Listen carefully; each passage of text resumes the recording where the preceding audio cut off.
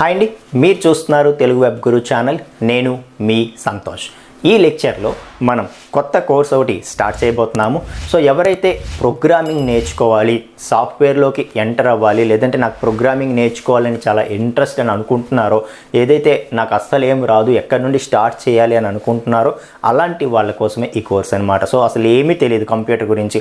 So computer on చేయడం, చిన్న చిన్న ఎంఎస్ ఆఫీస్ వర్క్స్, ఏమైనా ఇంటర్నెట్ బ్రౌజ్ చేసుకోవడం లాంటివి తెలిసి తప్పితే ఈ ప్రోగ్రామింగ్ గురించి అస్సలు నాలెడ్జ్ లేదు అనే వాళ్ళని కూడా దృష్టిలో పెట్టుకొని ఈ కోర్స్ క్రియేట్ చేయడం జరుగుతుంది. ఓకే, సో నేను డైరెక్ట్గా సి ప్రోగ్రామింగ్కి వెళ్ళిపోకుండా ఒక మినీ కోర్స్ ఒకటి క్రియేట్ చేస్తున్నాను, ప్రీ ప్రోగ్రామింగ్ అని చెప్పి. ఓకే, సో ఈ ప్రీ ప్రోగ్రామింగ్లో అసలు కంప్యూటర్ అంటే ఏంటి, హార్డ్వేర్ అంటే ఏంటి, సాఫ్ట్వేర్ అంటే ఏంటి.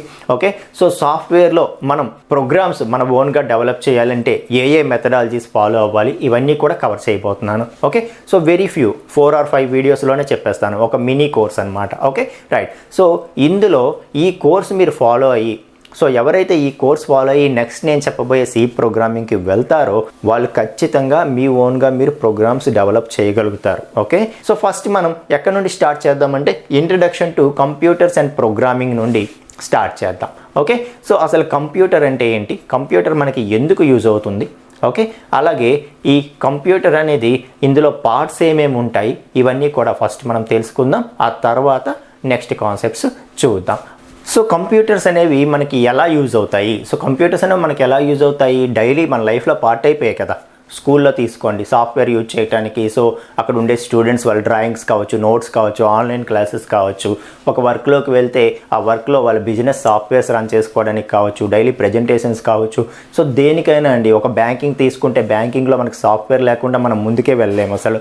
ఓకే, సో అలా మీరు ఏ ఫీల్డ్ తీసుకోండి, కంప్యూటర్స్ అనేవి మన హ్యూమన్ లైఫ్లో పార్ట్ అయిపోయాయి అనమాట. మనం ఇంట్లో తీసుకున్నా సరే ఆన్లైన్ టికెట్స్ బుక్ చేసుకోవడం కావచ్చు, మూవీస్ వాచ్ చేయడం కావచ్చు, సో ఆన్లైన్ షాపింగ్ కావచ్చు, సో ఈ కామర్స్ వెబ్సైట్ నుండి ఏదైనా మనం ఆర్డర్స్ తెప్పించుకోవడం, సో ప్రతిదీ అండి, సాంగ్స్ చూడడం, వీడియోస్ చూడడం, సో ప్రతిదీ కూడా మనకి ఈ కంప్యూటర్ అనేది మన లైఫ్లో పార్ట్ అయిపోయింది. ఇది లేకుండా మనం ఏమీ చేయలేం, అంతే కదా.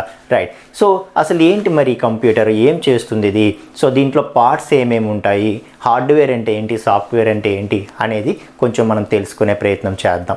ఓకే, సో కంప్యూటర్ అనేది ఏంటి, కంప్యూటర్ అనేది ఏంటి అంటే ఏ కంప్యూటర్ కెన్ బి ప్రోగ్రామ్డ్. అంటే ఏంటంటే కంప్యూటర్ అనేది కేవలం ఒక్క టాస్క్ని పెర్ఫామ్ చేయడం కోసం కనిపెట్టింది కాదు. ఓకే, సో ఈ కంప్యూటర్ అనేది ఏదైతే ఉందో ఇది ఈ టాస్క్ పెర్ఫామ్ చేయడానికి ఈ టాస్క్లు మాత్రమే పెర్ఫామ్ చేయగలదు, సో దీనికోసమే దీన్ని కనిపెట్టడం జరిగింది అని అనుకోవడానికి లేదనమాట. So computer can be programmed అంటే దాని అర్థం ఏంటి అంటే కంప్యూటర్ ఒక్క పని చేయడం కోసం అది కనిపెట్టబడలేదు. సో ఎందుకోసం అది వచ్చింది అంటే మనం ఏం చెప్తే అది చేయడానికి. ఓకే, సో కంప్యూటర్ అనేది మనం ఏమి చెప్తే అది చేస్తుంది. సో మనం ఏం చెప్తే అది చేస్తుంది కరెక్టే, మనం ఏ రూపాన్ని చెప్తాం దానికి అంటే ప్రోగ్రామ్స్. ఓకే, సో మనం ప్రోగ్రామ్స్ రాసి ఆ ప్రోగ్రామ్స్ని కంప్యూటర్లో లోడ్ చేస్తే ఆ ప్రోగ్రాంలో మనం ఏదైతే చెప్తామో అది కంప్యూటర్ చేస్తుంది అనమాట. మనం ఏది చెప్తే అది చేస్తుంది. సో అందుకని కంప్యూటర్స్ కెన్ బి ప్రోగ్రామ్డ్. ఇది ఈ పర్టికులర్ పని మాత్రమే చేస్తుందని కాదు, మనం ప్రోగ్రామ్ రూపంలో సెట్ ఆఫ్ ఇన్స్ట్రక్షన్స్ ఇచ్చి, ఓకే, సో ప్రోగ్రామ్ అంటే ఏంటి, సెట్ ఆఫ్ ఇన్స్ట్రక్షన్స్ అనమాట. ఓకే, సో ఏదైనా ఒక టాస్క్ ఫినిష్ చేయమని సెట్ ఆఫ్ ఇన్స్ట్రక్షన్స్ కలిపి ఒక ప్రోగ్రామ్ లాగా రాసి దాన్ని మనం కంప్యూటర్కి ఇస్తే అది పెర్ఫామ్ చేస్తుంది. సో అలా నువ్వు ఎన్ని ప్రోగ్రామ్స్ ఇస్తే అన్ని ప్రోగ్రామ్స్ని పెర్ఫామ్ చేస్తుంది అనమాట. ఓకే, సో మన ఇమాజినేషనే లిమిట్. సో మనం ఇది చెయ్యు అని చెప్పి ఆ ప్రోగ్రామ్ రాసి కంప్యూటర్కి ఇవ్వగలిగితే అది చేస్తుంది. ఓకే, కాబట్టి మనం కంప్యూటర్ని ఎలా డిఫైన్ చేస్తామంటే it can be programmed. So computer గురించి మనం చెప్పాలంటే సింపుల్గా ఏం చెప్తామంటే computer can be programmed. So you can write the programs. So program అంటే ఏమని చెప్తున్నాను, సెట్ ఆఫ్ ఇన్స్ట్రక్షన్స్ అనమాట. సో మనం ప్రోగ్రామ్ రాసి కంప్యూటర్కి ఇస్తే, కంప్యూటర్లో లోడ్ చేస్తే ఆ ప్రోగ్రాంలో నువ్వు ఏవైతే ఇన్స్ట్రక్షన్స్ చెప్తున్నావో సో దాని ప్రకారం అది పెర్ఫామ్ చేస్తుంది. సో ఆ ప్రోగ్రామ్ ప్రకారం ఆ యాక్షన్ని పెర్ఫామ్ చేస్తుంది అని చెప్తున్నాను అనమాట. అర్థమైందా? So next hardware and software, ఈ పదాలు ఎక్కువగా మనం వింటూ ఉంటాం కంప్యూటర్కి సంబంధించి. ఓకే, సో హార్డ్వేర్ అంటే ఏంటి, సాఫ్ట్వేర్ అంటే ఏంటి. సో మనకి ఏదైతే మనం కంప్యూటర్ తయారు చేయడానికి ఆ ఫిజికల్ కాంపోనెంట్స్ ఉంటాయో, ఏవైతే మనం కంప్యూటర్ తయారు చేయడానికి ఆ ఫిజికల్ కాంపోనెంట్స్ ఉంటాయో వాటినే మనం ఏమంటాము, వాటినే హార్డ్వేర్ అంటాం. Okay, so the physical devices that a computer is made of are refer to as the computer hardware. So అక్కడ ఫిజికల్ డివైజెస్ అంటే ఏంటో తెలుసా, సో ఫిజికల్ డివైజెస్ అంటే ఏవైతే మనం టచ్ చేయగలమో వాటన్నిటినీ కూడా ఫిజికల్ డివైజెస్ అంటాం. సో ఏవైతే టచ్ చేయగలిగే డివైజెస్ ఉన్నాయి వాటన్నిటినీ కలిపి కంప్యూటర్ తయారైందో అవన్నీ కూడా కంప్యూటర్ యొక్క హార్డ్వేర్ అవుతుంది. ఫర్ ఎగ్జాంపుల్ కీబోర్డ్ తీసుకోండి, మనం టచ్ చేయగలం. మౌస్ తీసుకోండి, టచ్ చేయగలం. ఓకే, మానిటర్ తీసుకోండి, మనం టచ్ చేయగలం కదా. అలాగే ప్రింటర్ తీసుకోండి, మనం టచ్ చేయగలం. సో ఇలా ఏదైతే we can touch and feel వాటన్నిటినీ కూడా మనం ఏమంటాము, కంప్యూటర్ యొక్క హార్డ్వేర్ అంటాం అనమాట. ఓకే, సో అలా కంప్యూటర్లో మెయిన్ కాంపోనెంట్స్ ఏముంటాయి అయితే, సరే హార్డ్వేర్ అంటే physical devices. So physical devices అన్నీ కలిపి మనం కంప్యూటర్ తయారు చేస్తాము. సరే, మరి ఆ మెయిన్ కాంపోనెంట్స్ అంటే ఏమేమి ఉంటాయి? సో ఒక కంప్యూటర్లో మెయిన్ కాంపోనెంట్స్ అంటే ఏమేమి ఉంటాయో తెలుసా మనకి?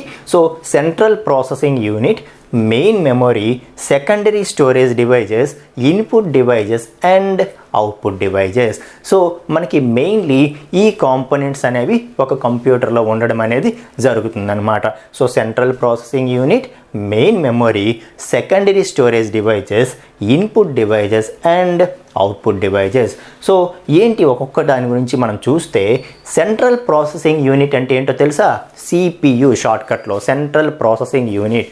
ఓకే, సో ఏదైతే ఇక్కడ మనకి ఈ చిన్నది కనిపిస్తుందో చిప్ లాగా, మైక్రో ప్రాసెసర్ చిప్ అనమాట ఇది. సో దాన్నే మనం ఏమంటామంటే సెంట్రల్ ప్రాసెసింగ్ యూనిట్ అంటాం. సో జనరల్గా మనకి క్యాబినెట్ మొత్తాన్ని మనం CPU అనేస్తాం, బట్ ఆ క్యాబినెట్లో మనకి మదర్ బోర్డు ఉంటుందన్నమాట.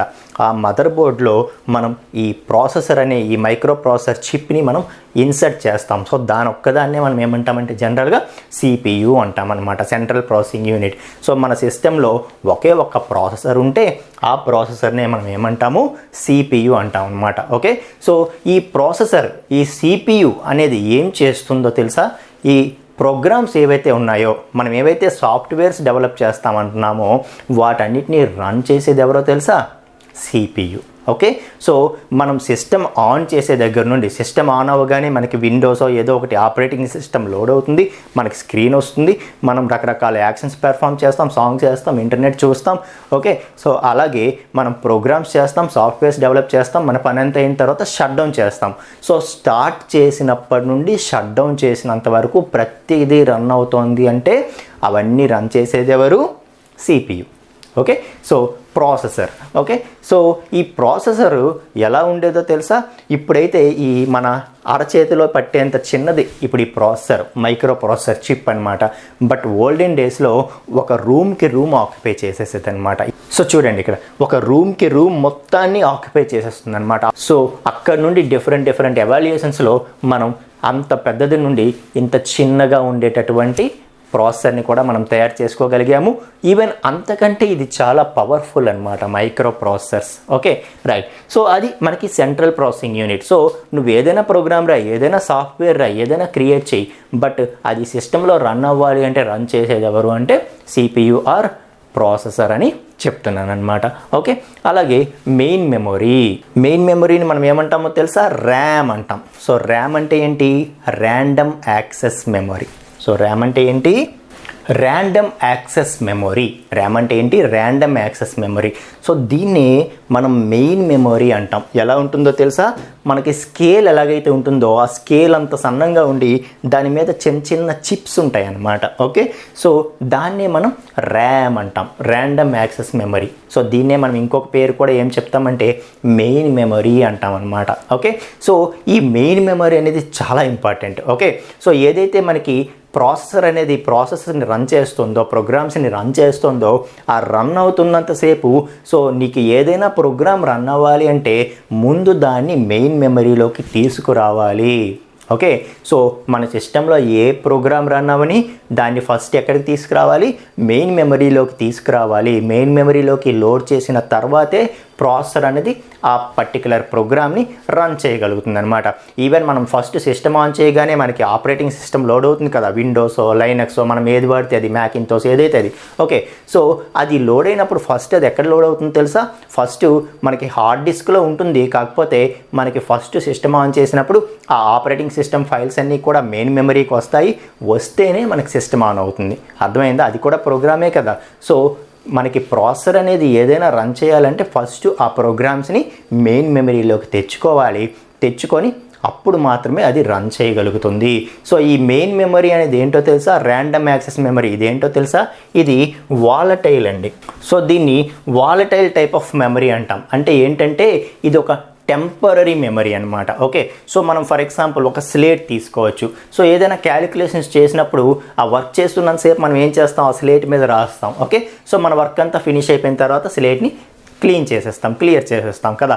సో అలాంటిదే మెయిన్ మెమరీ అనమాట. ఓకే, సో అది ఏ ప్రాసెస్ రన్ చేస్తున్నా సరే వాటన్నిటిని ముందు మెయిన్ మెమరీకి తీసుకొస్తుంది. ఆ పని అంతా అయిపోయిన తర్వాత అవి ఆటోమేటిక్గా, అంటే మనం సిస్టమ్ షట్ డౌన్ చేయగానే ఈ మెయిన్ మెమరీలో ఉండే కంటెంట్స్ అన్నీ కూడా పోతాయి అనమాట. ఓకే, సో అవి టెంపరీగా ఆ ప్రాసెస్ రన్ అవుతున్నంతసేపు ఒక టెంపరీ ఏరియాగా మనకి మెయిన్ మెమరీ అనేది యూజ్ అవుతుంది. సో ఇక్కడికి తీసుకొచ్చి మనకి ఆ ప్రోగ్రామ్స్ అన్నీ రన్ అవుతుంటాయి అనమాట. సో ఇది ర్యాండమ్గా ఏ లొకేషన్ కావాలంటే ఆ లొకేషన్ యాక్సెస్ చేసుకోగలుగుతుంది కాబట్టి దీన్ని ర్యాండమ్ యాక్సెస్ మెమరీ అన్నారు. సో సీక్వెన్షియల్గా ఈ లొకేషన్ నెక్స్ట్ లొకేషన్ అని మెమరీని యూజ్ చేసుకోకుండా ర్యాండమ్గా ఏ లొకేషన్ కావాలంటే ఆ లొకేషన్ ఇది యూజ్ చేసుకోగలుగుతుంది అనమాట. కాబట్టి దీన్ని ర్యాండమ్ యాక్సెస్ మెమరీ అంటారు. ఇది ఒక వాలటైల్ టైప్ ఆఫ్ మెమరీ, అంటే టెంపరరీ స్టోరేజ్ మెమరీ. సో ఎప్పుడైతే మనకి పవర్ ఫెయిల్యూర్ అవుతుందో లేకపోతే సిస్టమ్ షట్ డౌన్ చేస్తామో అప్పుడు ఆటోమేటిక్గా అందులో ఉండే కంటెంట్స్ అన్నీ కూడా ఎరైజ్ అయిపోతాయి అన్నమాట. ఓకే, సో అలాగే సెకండరీ స్టోరేజ్ డివైజెస్ ఇవి మనకి లాంగ్ టైమ్ స్టోరేజ్ అనమాట. సో మనం హార్డ్ డిస్క్ అంటాం, దాన్ని హార్డ్ డ్రైవ్ అంటాం. ఓకే, సో అలాగే యూఎస్బి డ్రైవ్స్ మన పెన్ డ్రైవ్స్ అంటాము. అలాగే సిడీస్, డివిడీస్ ఇవన్నీ కూడా దీని అండర్లో వస్తాయి అన్నమాట. So secondary storage devices. So వీటిలో మనం ప్రోగ్రామ్స్ని, మన డాక్యుమెంట్స్ని, వీటన్నిటిని స్టోర్ చేసుకోవడానికి మనం ఈ సెకండరీ స్టోరేజ్ టైప్ ఆఫ్ డివైజెస్ని యూజ్ చేస్తాం. So hard drive. Okay, so hard drive లోపల ఎలా ఉంటుందో మనం చూడొచ్చు ఇక్కడ. ఓకే, సో ఒక సర్క్యులర్ డిస్క్ ఉంటుంది. ఆ సర్క్యులర్ డిస్క్ లోపు డేటా అనేది సేవ్ అవుతూ ఉంటుంది అనమాట. అదే మనకి యూఎస్బి డ్రైవ్ అయితే అందులో ఫ్లాష్ మెమరీ అంటారు. ఈ సర్క్యులర్ డిస్క్ టైప్లో ఉండదు, అది ఫ్లాష్ మెమరీ ఉంటుంది. ఆ ఫ్లాష్ మెమరీలో డేటా అనేది సేవ్ అవ్వడం జరుగుతుంది అనమాట. సో మొత్తానికి ఇవన్నీ కూడా ఏంటంటే సెకండరీ స్టోరేజ్ డివైజెస్. ఆ సెకండరీ స్టోరేజ్ డివైజెస్ అన్నీ కూడా నాన్ వాలటైల్ అనమాట. ఓకే, సో ర్యామ్ అనేది వాలటైల్ టైప్ అని చెప్పాను కదా, టెంపరరీ స్టోరేజ్. అలా కాకుండా ఈ సెకండరీ స్టోరేజ్ డివైజెస్ అన్నీ కూడా నాన్ వాలటైల్. అంటే ఏంటంటే డేటా అనేది మీ సిస్టమ్ షట్ డౌన్ చేస్తే వెంటనే డిలీట్ అవ్వదు అనమాట, లాంగ్ టైం సేవ్ అవుతుంది. మళ్ళీ మీరు ఆన్ చేస్తే ఆ డేటా అంతా కూడా మనకి సెకండరీ మెమరీలో ఉంటుందన్నమాట. ఓకే, సో అలాగే input devices and output devices. Okay, so ఏవైతే మన నుండి ఇన్పుట్ని తీసుకొని కంప్యూటర్కి ఇస్తాయో అవి ఇన్పుట్ డివైజెస్ అన్నమాట. ఏవైతే మన నుండి ఇన్పుట్ తీసుకొని కంప్యూటర్స్కి సెండ్ చేస్తాయో వాటిని ఇన్పుట్ డివైజెస్ అంటాము. సో ఇన్పుట్ డివైజెస్ అంటే ఏమేమవుతాయితే మన నుండి ఇన్పుట్ తీసుకొని కంప్యూటర్కి ఇవ్వాలంట. ఇప్పుడు ఫర్ ఎగ్జాంపుల్ నేను సిస్టంలో ఏం టైప్ చేయాలనుకుంటున్నానో నేను ఎలా ఎంటర్ చేస్తాను సిస్టమ్కి? కీబోర్డ్ ద్వారా. ఓకే, సో కీబోర్డ్ అనేది నా నుండి సమ్ డేటా తీసుకొని కంప్యూటర్కి ఇస్తుంది. సో వీడు ఎక్స్ ప్రెస్ చేశాడు, సో ఎక్స్ టైప్ చేయు, ఏ ప్రెస్ చేశాడు, ఏ టైప్ చేయు, టీ ప్రెస్ చేశాడు, టీ టైప్ చేయు అని చెప్పి నా నుండి డేటాని తీసుకొని కంప్యూటర్కి ఇస్తుంది. అలా సో బయట నుండి డేటాని తీసుకొని కంప్యూటర్కి ఏవైతే సెండ్ చేస్తాయో వాటినే మనం ఇన్పుట్ డివైజెస్ అంటాం. ఓకే, సో ఇక్కడ మీరు సెట్ ఆఫ్ ఇన్పుట్ డివైజెస్ చూడొచ్చు. సో కీబోర్డ్, ఓకే, అలాగే కెమెరా. సో కెమెరా అనేది బయట ఉన్న పిక్చర్స్ అన్నింటినీ క్యాప్చర్ చేసి కంప్యూటర్కి ఇన్పుట్గా ఇస్తుందన్నమాట.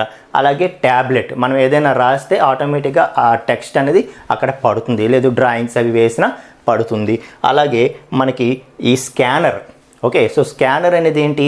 సో మనం ఏదైనా డాక్యుమెంట్ని పెట్టి స్కాన్ చేస్తే అది మొత్తం స్కాన్ అయ్యి ఆ డాక్యుమెంట్ అంతా కంప్యూటర్కి వెళ్తుంది. సో ఇలా ఏంటంటే మన నుండి డేటాని తీసుకొని కంప్యూటర్కి ఏవైతే అందిస్తాయో వాటన్నిటిని మనం ఇన్పుట్ డివైజెస్ అంటాము.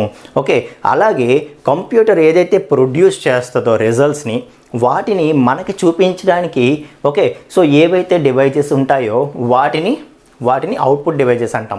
సో మన నుండి డేటా కంప్యూటర్కి తీసుకువెళ్ళడానికి ఇన్పుట్ డివైజెస్ అవసరమైతే కంప్యూటర్ రిజల్ట్స్ ఏవైతే ఉన్నాయో అవి మనకి రావడానికి ఏవైతే మనకు ఉన్నాయో వాటన్నిటిని అవుట్పుట్ డివైజెస్ అంటాం. For example monitor. Okay, so computer ఏం మనకి డిస్ప్లే చేయాలనుకుంటుందో అదంతా మనం మానిటర్లో అవుట్పుట్ రూపంలో చూస్తున్నాం. So monitor is an output device.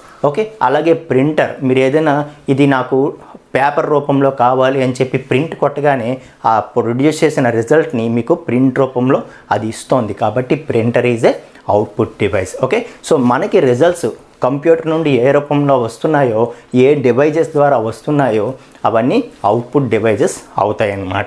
Okay, అలాగే స్పీకర్స్. సో కంప్యూటర్ నుండి సౌండ్ ఏదైతే ఉందో, ఆ మ్యూజిక్ ఏదైతే ఉందో అదంతా మనకి ఏ రూపాన్ని వస్తుంది? స్పీకర్స్ రూపంలో వస్తుంది. కాబట్టి దాన్ని మనం అవుట్పుట్ డివైజెస్ అంటాం. సో ఇలా ఇవన్నీ కూడా మనకి main components of A computer అని మనం చెప్పొచ్చు అన్నమాట. ఓకే.